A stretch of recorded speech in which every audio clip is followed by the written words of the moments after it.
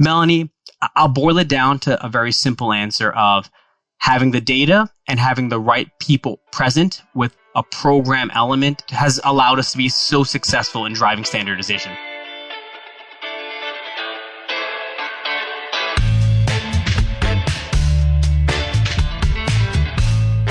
Clock in, scrub up, and join us behind the red line. You're listening to First Case, a perioperative podcast bringing you exciting interviews, engaging discussions, and innovative solutions that are changing the way patients receive surgical care. Each episode, we talk to frontline staff, perioperative leadership, and nursing entrepreneurs from across the country as they share their stories, experience, and expertise on the industry we love. From the back table to the boardroom, from wheels in to wheels out, we tackle the real-life issues affecting the OR. Whether you're tuning in for surgical service education or inspiration, we're glad you're here. And now it's time to roll back and start the first case.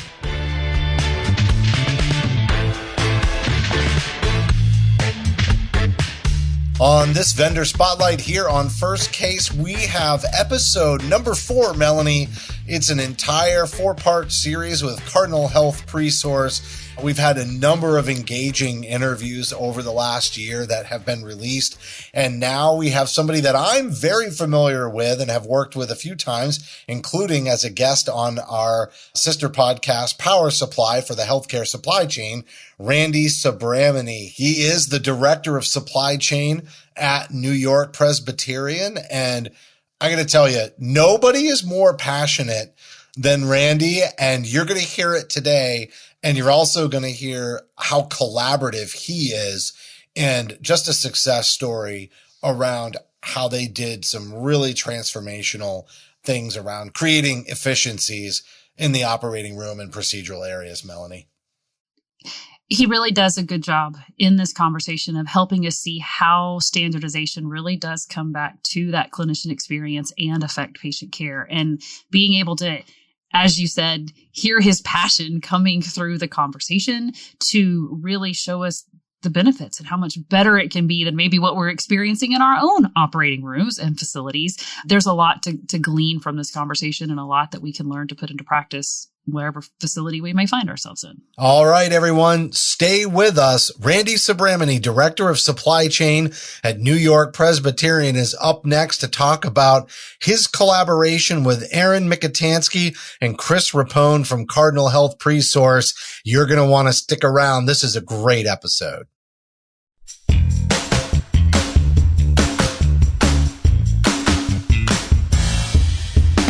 From the studios of Healthcare HQ, you're listening to First Case. Joining us now is Randy Subramany, Director of Supply Chain at New York Presbyterian. We are going to be talking about all things standardization and highlight some recent successes that you've had at your organization, Randy. You've been on one of our sister podcasts before. You've been on Power Supply, and we had a very engaging discussion around some very unique sourcing opportunities in the past. And so now here you are joining Melanie and I for the very first time on the First Case podcast, and wanted to welcome you to the show.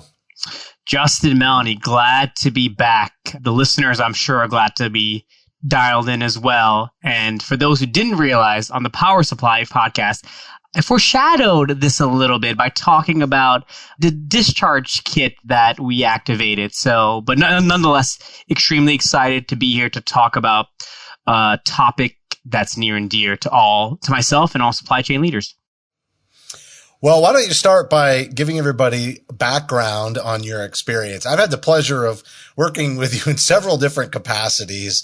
You're an absolute joy to work with. And I thought maybe you just outline your history of success in supply chain over the last many years.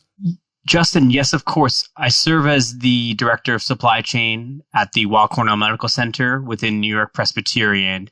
And within that role, it's two primary hats. There's the operational hat and there's the strategic hat. As we'll get into today, both hats have to be present when you talk about standardizing and building a custom kitting program.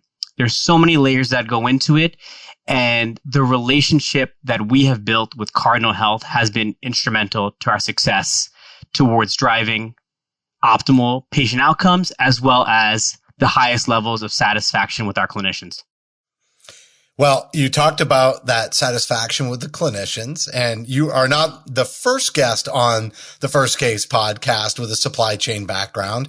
I think there's been a great deal of increased interest in this topic over the last 5 years amongst the perioperative audience that listens in. But one thing I do know about you and your experience is that you just have phenomenal relationships with your clinical leaders in the departments that you're supporting. And I thought maybe you could talk about not only those relationships and why they're so thriving under New York Presbyterian, but maybe even talk a little bit about your organization. And then we'll dive really deep into the collaboration you've had with Cardinal Health Presource. Yeah. So at a global or broader level, New York Presbyterian, 10 acute care centers, over 450 locations, providing state-of-the-art care to our New York City and Upper New York community, or really to anyone who seeks our care. And, we've worked with Cardinal Health for the past 30 years. Our relationship has been one of lockstep. And Justin, to elaborate briefly, when we talk about our relationship with our clinical peers, in this era of healthcare, we're driving more and more towards value-based care. And our providers are seeking from supply chain leaders and from those at Cardinal Health ways to drive better clinical outcomes, ways to enhance safety, and of course, ways to control costs. But we'll get into it. This term, we need to standardize, or standardization, it's not new. It's been around for quite some time, and driving those relationships with that critical lens that I've referenced, it's vital for New York Presbyterian and for any healthcare organization that wants to be successful moving forward. Well, I know Cardinal Health Presource is offering high quality packs. They're tailored kitting solutions, streamline the complexity of managing a lot of those procedural supplies. And I know Melanie's going to talk a lot about her experience in this area, but they've been doing this for over 40 years to help you drive efficiency and reduce waste. And I know the data is really a big thing for supply chain. If you're going to go to your perioperative leadership, you have to show them some evidence, right? In how you're going to make those improvements. Can you talk about how you tailor that data based on maybe some challenges that clinical leaders commonly face as we sort of outline the need in the industry to have improvements in these areas? Sure. The first thing, Justin, and even before getting into the minutia of what's in a pack and the importance of a specific supply, there's the overarching program development aspect. And with Cardinal Health, we've developed the process of first understanding when is the appropriate time to even take on a project. When is the appropriate time to bring in the right stakeholders? As we like to say, custom kits are custom for a reason. There's this thought in the industry that, of course, custom kits can solve everything. Custom kits can solve 99 out of 100 things, I dare to say. But having the expertise of our partners at Cardinal Health help us to look at our different sites that may have different clinical practices, that may have different technology, that may have a different OR table and its configuration is different. Those nuances have helped us to really build a program and to understand when is the right time to do something. Trust me, there's 50 different ideas of a custom kit that flow through my head that have some element of logic and approach. But when's the right time? When do we bring in the right stakeholders? Who are those right stakeholders? And then I know more importantly, having Chris and Aaron by our side as an extension of the supply chain team, as an extension of NYP to connect those dots on data and how we, again, just really bring in full circle, how we create something custom that fits and helps to ensure the proper clinical outcomes with the proper levels of patient care. All right. So, Randy, I'm going to jump in here and ask just a clarification question, or maybe your opinion really on a couple of different terms, because we've talked about standardization, and that can mean a lot of different things to a lot of different people. And we also talk about custom packs and custom kitting. And sometimes those words get used interchangeably. Is it fair to use them interchangeably? Do they mean the same thing? Or is that something different depending on what we're talking about? So Melanie, I dare to say and I'm sure the listeners in the perioperative space will appreciate this, to the untrained eye, it may all appear the same. When you think of standardization, for example, us supply chain leaders immediately gravitate towards the thing, the good. When we bring together Cardinal, our perioperative leaders, and even the C-suite, because we can talk about the importance of a governance structure as well. There's workflow standardization that drives that efficiency, that drives those clinician satisfaction, and that drives the optimal patient care outcome. So untrained eye, yeah, it all sounds to be the same, but to the eye that's in the know, that's sitting at the table, trying to understand, again, how we prioritize our packs, how we understand clinical workflows. There's multiple pieces that need to fit together to build a successful program, but also to be successful in standardization. So how did you do that? And what did that look like for you so that, one, it was successful for you, you improved your efficiencies, but also probably overcoming the fears that even just my own OR nurse ears hear when I hear standardization. Oh no, it's not going to take my specific surgeon into account. Dear God, right? Sure, exactly. So yeah. How do you overcome that with your clinicians to get to that place where you have your customized packs and you've achieved that standardization you were looking for? Melanie, this is where the lockstep relationship with Cardinal Health has come into such a play.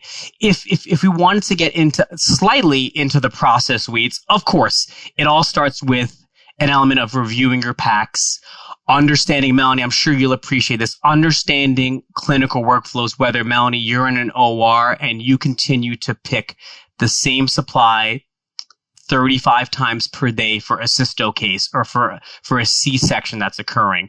Taking those data points into play and helping to create a program is where our relationship with Cardinal has thrived. There's an element as well towards bringing the proper stakeholders together. And Chris and Aaron and I can go over numerous examples where Chris and Aaron have walked into a large conference room with all the different stakeholders, whether it's cystoscopy, whether it's been C-section or vaginal packs, whether it's been IV star kits, things that, Melanie, you know firsthand how critical they are towards patient care. Aaron and Chris will have walked in with those data points up front, current kits opened on the table, let the review begin. And having that level of preparedness, I'm sure clinicians like yourself, Melanie, will appreciate that and not having time wasted. One of the overarching things that having a pack does, it helps to drive that efficiency, but just the preparedness towards the program and accessing that expertise. Chris and Aaron and those at Cardinal know those details. They know we're not unique in that. There are some cases that are unique, but we're not unique in that a C-section, for example, tends to be quite similar, I dare to say, across the country. So, Melanie, I'll boil it down to a very simple answer of having the data and having the right people present with a program element has allowed us to be so successful in driving standardization. Yeah. And I think you hit the nail on the head. It's bringing the right people to the table and making sure that they all have a voice so that your clinicians don't feel like decisions were made without them. But then you work like that lockstep you said with your supply chain to make sure you have those right products. But, just to put this into real world, just exactly what I'm dealing with. I was called in this morning at 2 a.m. to do an emergency case, and we don't have packs where I work. And so we are trying to do an emergency, but we have to sit here and pull this stuff for every single item. Pull your Bovie tip, pull your ChloraPret, pull your this, pull your that. Individual items all the way down to the drapes. I mean, my gosh. So when you think about the time lost, especially when you're looking at an emergency case that you've got to get on the table, and I can open that kit, I can open that pack, and what I need is there minus maybe one or two things that are surgeon specific that I have to grab for sure. But that's a lot faster than pulling it piece by piece, especially when time matters. I mean, really, that's what it's all about. Melanie, you hit it right on, and that's where we as supply chain leaders, and I'll lump Chris and Aaron and the Cardinal Health Presource program into that bucket.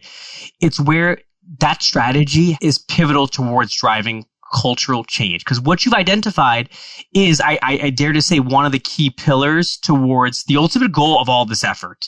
It's really eliminate needless variation that adds no value, but adds cost and inefficiency. You could boil it down, and we have, to the point where your time is so much more valuable. Yes, of course, being in the OR, but being in that physical OR room with person A, B, C, and D delivering care to the patient. The minutes you've lost in picking for the case are, especially for emergent cases and trauma cases, are so significant.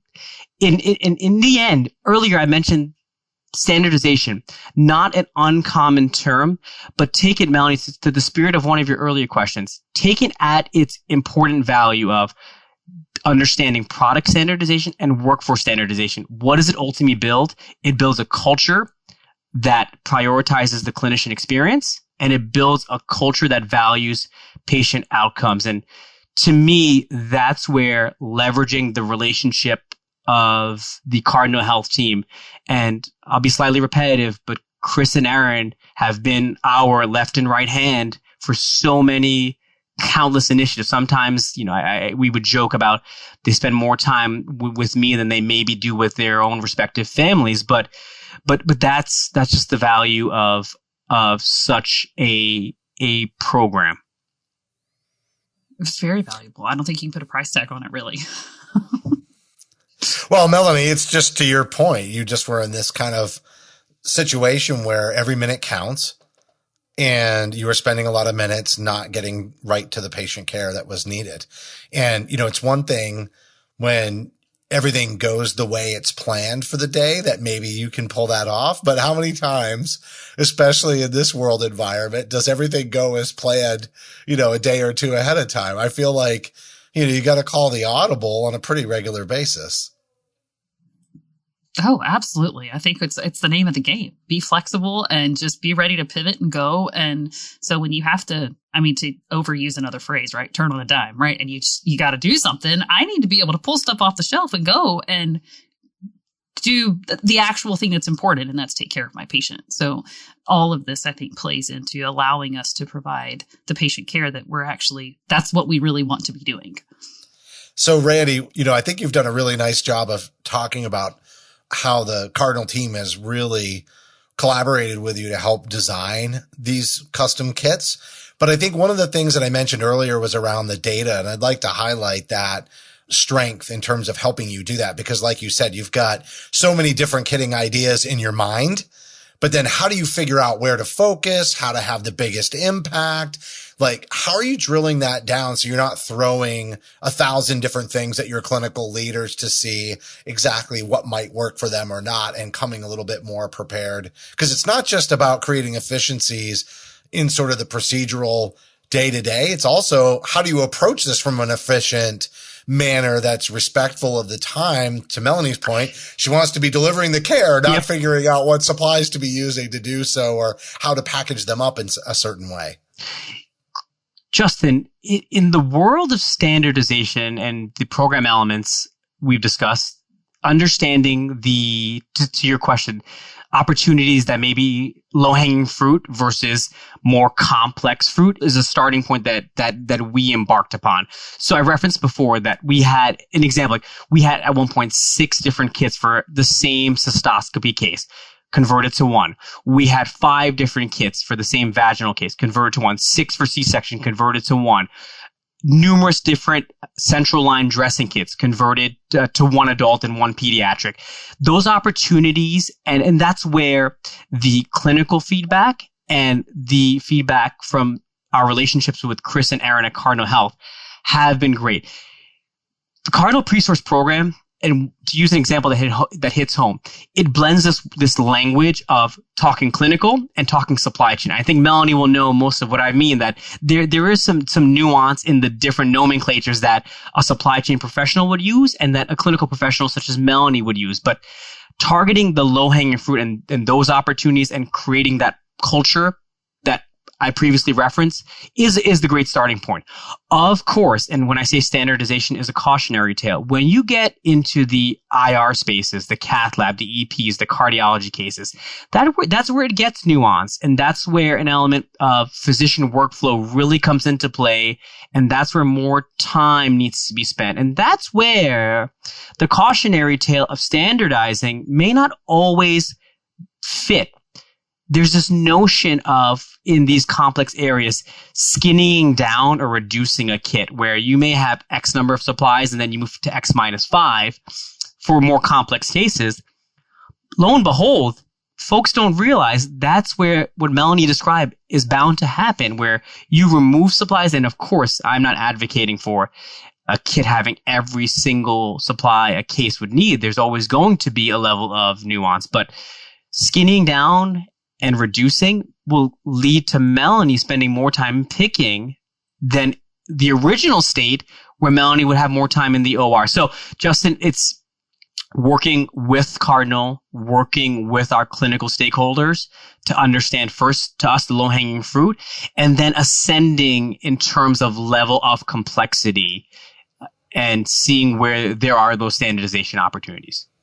Yeah, I feel like you're kind of talking around some of the misconceptions of standardization. Like it's just going to be super easy to just do whatever you need to do. But that doesn't necessarily, like, if you customize to every possible customization, you haven't really created any efficiency, right? What are some other like common misperceptions that you have to work through when you're partnering with your clinical teams? Justin, you hit on something. I just want to give a little bit of an anecdote, something that Erin and I encountered, or at least I tried to convince Erin of a few months ago, where we had a spreadsheet that listed the same type of kit by our different locations and the variation in supplies. And of course, to the untrained eye, you would simply say, oh, for this drape, can't we simply standardize this one drape across all of our 7 different sites that perform this case? Lo and behold, Erin and our clinical team provided to the most granular piece of sand detail as to why a drape with this specific configuration or this specific size was needed. So I think just the first misconception, which may have hit home already, but it's this notion of standardizing without stakeholder involvement, where leaders will just say, and at the compromise of, or at the sake of driving cost savings, here's all of our items on a spreadsheet. Here's what we're going to combine all of our kits into one without having that feedback. So I think the first big misconception is doing it in a silo. Yeah, I can see that. So let me ask you, maybe this was better asked earlier, but like, what even set you down this path? Before we start talking in detail about the process itself, and those misperceptions or misconceptions are really good, as you kind of lean into the audience that's peri-op that might be going through a process like this. And I think it's kind of important for them to know what the pitfalls could be. But at the same time, like, why did you even get started? What were you having some like challenges already in sort of working with them, or what are some maybe there's more reasons to do this that weren't necessarily your reasons, but you have connected with others that have engaged Cardinal Health Presource to create these efficiencies. Like, what are some common, maybe even signs that you need to do this might even be another way to ask that question. Justin, from an organizational perspective, of course, I'll start with the obvious, that there's always this drive towards improving patient care, driving our clinician satisfaction, and reducing costs. That's a given. As supply chain leaders, and as speaking with more leaders in the industry, there's a level of, I dare to say, annoyance when we walk into an OR core and we see folks like Melanie picking supplies. It's supply chain leaders, we tend to be crisis managers and the Cardinal Health team as well. But an element of this is this reduction of scrambling. And I'm sure Melanie can think of countless examples of where it's the case. But to me, it's a sign of not being fully prepared for patient care. And I think that's what sets this tone. And supply chain leaders are the same as maybe other operational leaders as well. But I dare to say we understand the pain of perioperative nurses and perioperative clinicians who are in these cores where you're in a case and you realize you may not fully have what's needed at the time. And then Melanie has to step out, pick what's needed. It's a level of annoyance because it's so inefficient. And that's where the relationship with the Cardinal Presource team has come into play, because I've mentioned data, and of course, there are algorithms that we can provide data about case volumes, and we can get Justin and Melanie into all of that fanciness, I'll term it, at a very simple level. Being able to look at purchase data and having someone like Erin, who's in our core, who spent time observing our nursing team, and where there's for example, a procedure card that lists the supply that's not on the shelf and has to match. I think that's where, and aggregating all of those encounters qualitatively and quantitatively sets us on this path towards standardization. Justin, the short answer is that it just annoys us how inefficient we are, because in the end, it takes away Melanie's time from being with the patient. Amen. I could just stand up and applaud you. But okay, so last week I was finishing up my shift, and before I left, I asked the charge nurse if there was anything else I could do. And he's like, well, we never got cases pulled today. Can you just go pull a case before you leave? So I grabbed a case it was one of our vascular surgeons. He was doing a below the knee amputation. And I mean, I primarily work ortho, and ortho does do amputations differently than vascular, for sure. I'm not knocking either specialty, but they are different. And I'm sitting here and I'm pulling and I'm pulling and I'm pulling and I'm pulling, and I'm like, when is this ever going to end? And I always actually took a picture because I knew that this podcast was coming up and we were having this conversation, but I had this bin just overflowing of stuff, but it's all the same stuff we pull every single time if we're doing one of these cases for him. And I'm like, why do we have this in a pack? But that's beside the point. That's just parroting my frustration again and again over the inefficiencies of pulling things individually. But I want to walk through the actual process with you. So you notice a place to improve, say maybe with a total knee pack or a general pack or some type of specific pack. What does that look like from the idea and beginning to actually getting that pack on the shelf? Melanie, great question. We start with an element of a pack review, and that's where maybe ideation is the first phase. We start with the pack review to see what currently exists, and if something doesn't exist, that's where Melanie, gathering those data points of what you're picking, and my reference to Erin being in the core is key. But let's just go with an example of you have several different knee packs that are being used across your enterprise. First, working with the Presource team, Chris and Erin, to gather the details of all those packs. And to your point, going into ortho, a very specialized area that has a great deal of workflow differences, is extremely nuanced. So the first is ideation, data gathering.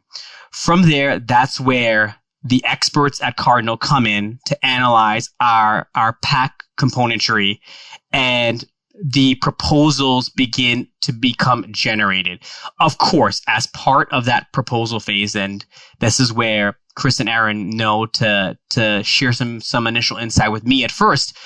But while that data is being gathered and analyzed, in parallel, all the stakeholders are then, of course, logistically easier than it sounds, are assembled, gathered into a room, and we anchor all these conversations, and I hate to be repetitive, around this same notion of we're here to improve your experience as clinicians, and we're here to improve patient outcomes. If we can achieve a cost savings, fantastic. It may not always be a case that standardization achieves cost savings, but Melanie, taking the current state, the short answer of what packs exist, if not what supplies are being picked, gathering all of that qualitative and quantitative data, sharing it with our partners at Cardinal Health, allowing them to run all of the back-end algorithms. They're the experts in this space, allowing them to create their proposals, then gathering all the stakeholders, into a room to conduct an element of a final review.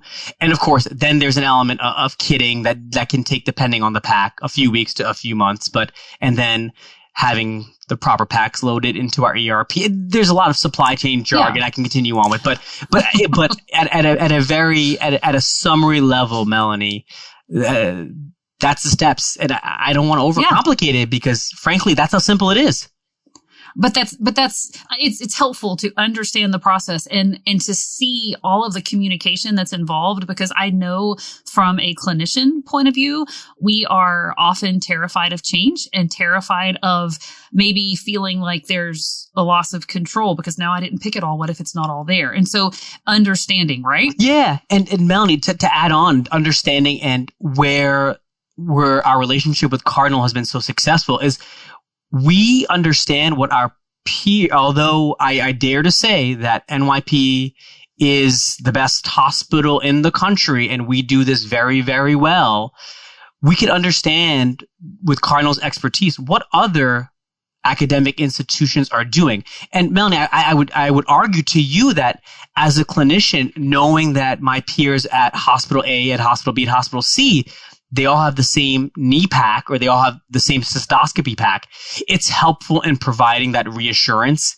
that diligence has been performed. And like we said, there's low-hanging fruit areas where cases are traditionally the same, but that market intelligence has been invaluable to us. And the Presource program has been so successful, to an earlier question Justin asked, at telling us when something makes sense to do versus the cautionary tale of, we've encountered this in the past and these are challenges that others have encountered. Let's tread a little carefully.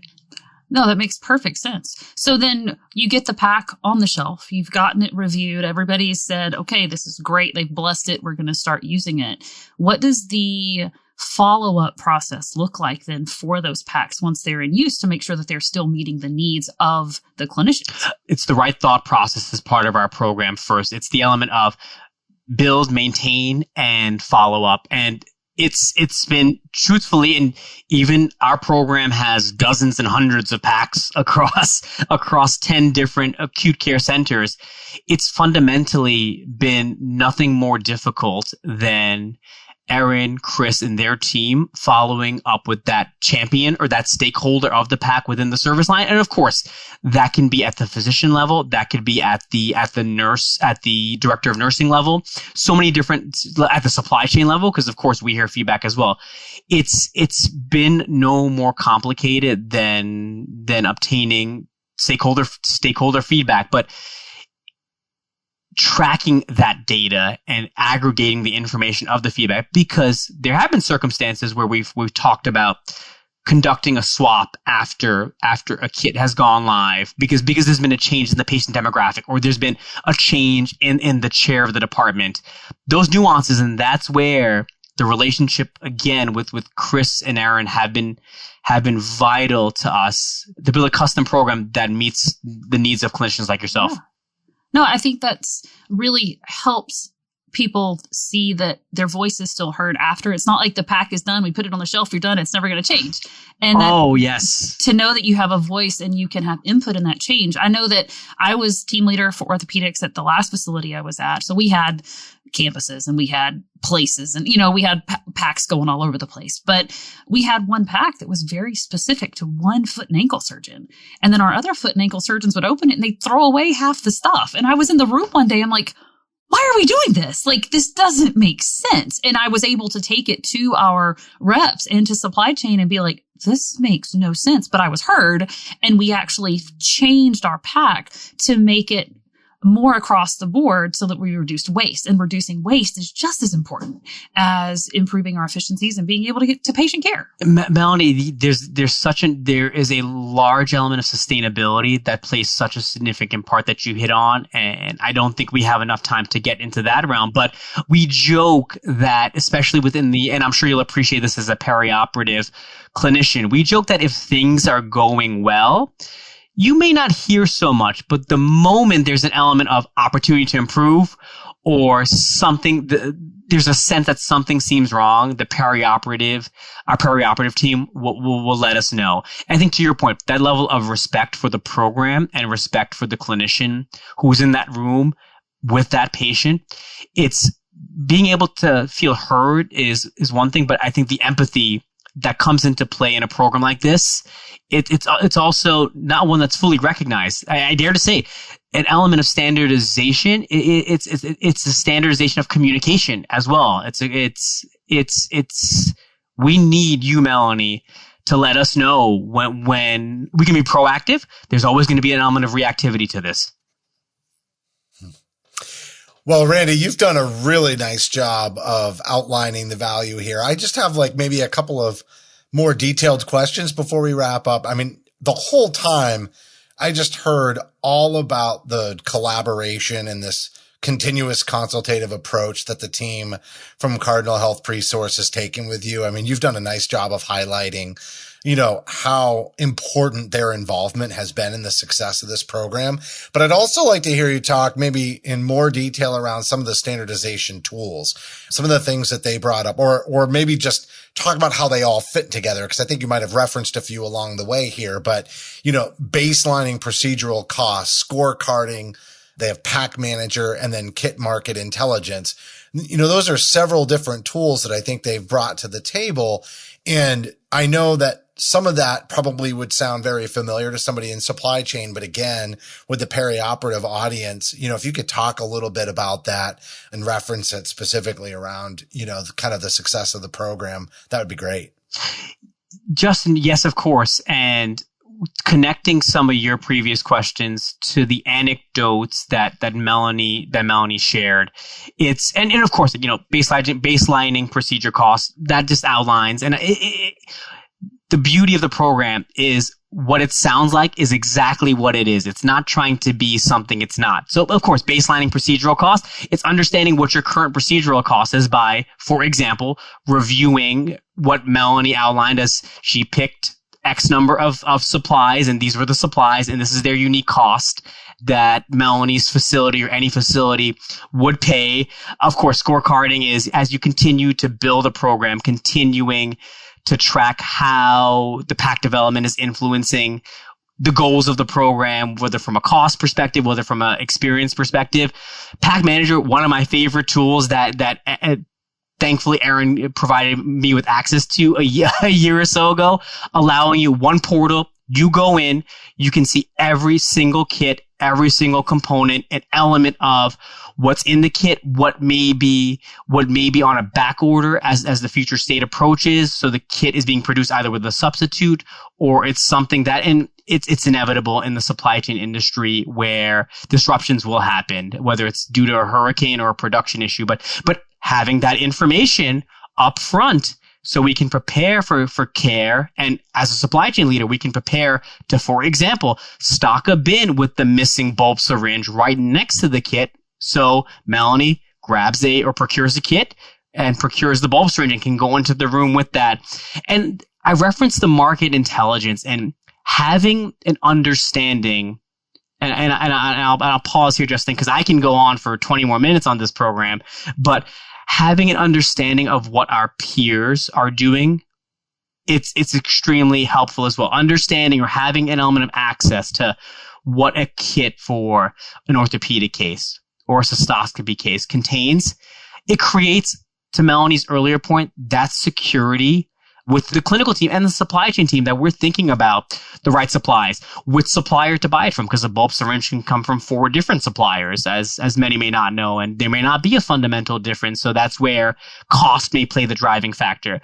But whether it's the baselining the procedural costs, understanding the scorecard element, Pack Manager, having the market intelligence, it just drives home this element of a standardized program to improve the experience of our clinicians and to drive towards optimal patient outcomes. All right. Well, I think many people that are listening to this are liking what they're hearing. I know Melanie likes what she hears and would like to move forward as well. But, You can reach out to the Cardinal Health Presource team to learn more about how they can help you achieve your standardization goals and get you a PAC program review. Randy, you're just yet again a wonderful guest. You make this job so easy when you come on the show, and I want to thank you for joining us and just see if there's anything else you'd like to add before we close out. Justin, Melanie, this has been a pleasure. Thank you for giving supply chain leaders such as myself and those at Cardinal Health the opportunity to have a forum. I dare to say, and I'll bring it full circle, that when Melanie describes the examples of going into ORs and picking for cases without kits or without a custom program in place, it's a deep level of annoyance to the supply chain leaders and folks at organizations who care about the clinician experience and patient care. So this is to those supply chain leaders and to those clinicians who don't have custom kits. Aaron and Chris are only a phone call away, and it's been a wonderful pleasure to work with Cardinal Health. And the relationship we built, it's 30 years in the making, but I dare to say it'll be timeless.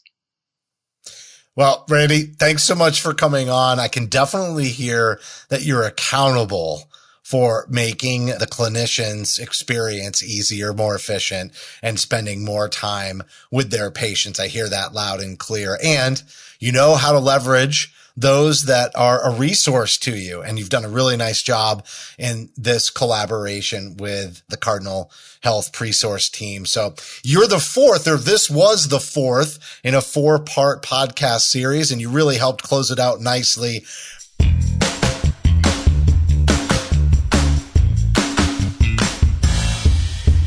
Randy Subramany, Director of Supply Chain at York Presbyterian, highlighting a successful collaboration with Cardinal Health Presource to create custom packs. And Melanie, I think you've kind of already said it best. There's a big need for this kind of standardization, and ironic that you would have just had a situation where it would have been so helpful just last night in the middle of the night for an emergency case. And, you know, I hadn't even really thought about that. I think more around volumes and just consistency. And you think about how many times, you know, the pick lists aren't updated. And this is a great way to kind of get some controls over that, I think.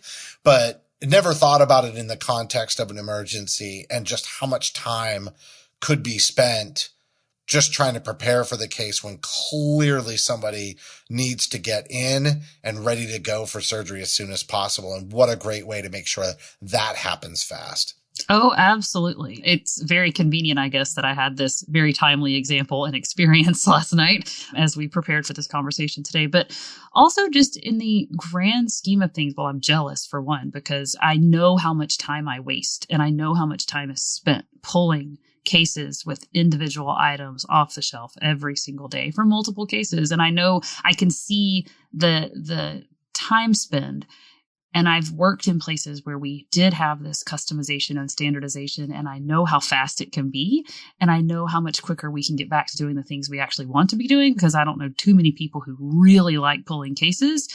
But when we have our packs and we can pull them and go, and we know they have what we need, there's just an overall peace of mind, but also that efficiency, that getting us back to patient care.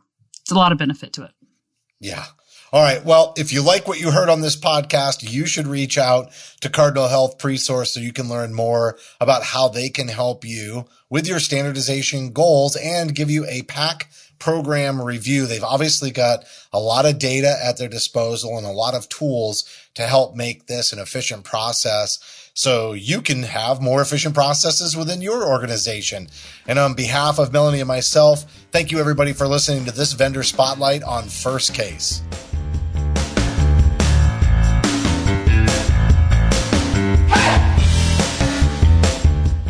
Thank you for listening to this week's episode of First Case.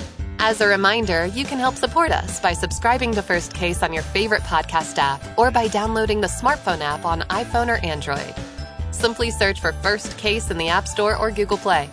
The best thing about downloading the smartphone app is that you can access bonus content for certain episodes and view episodes in certain categories, like articles on the go and vendor spotlights. Are you following us on LinkedIn or Facebook yet? If you are and you love an episode or post, then let your social network know about it. Like, comment, or share our posts along with your thoughts and keep the conversation going. If you have any topics or guests that you would like to recommend for a future episode, just send us an email to info@firstcasemedia.com. We look forward to hearing from you.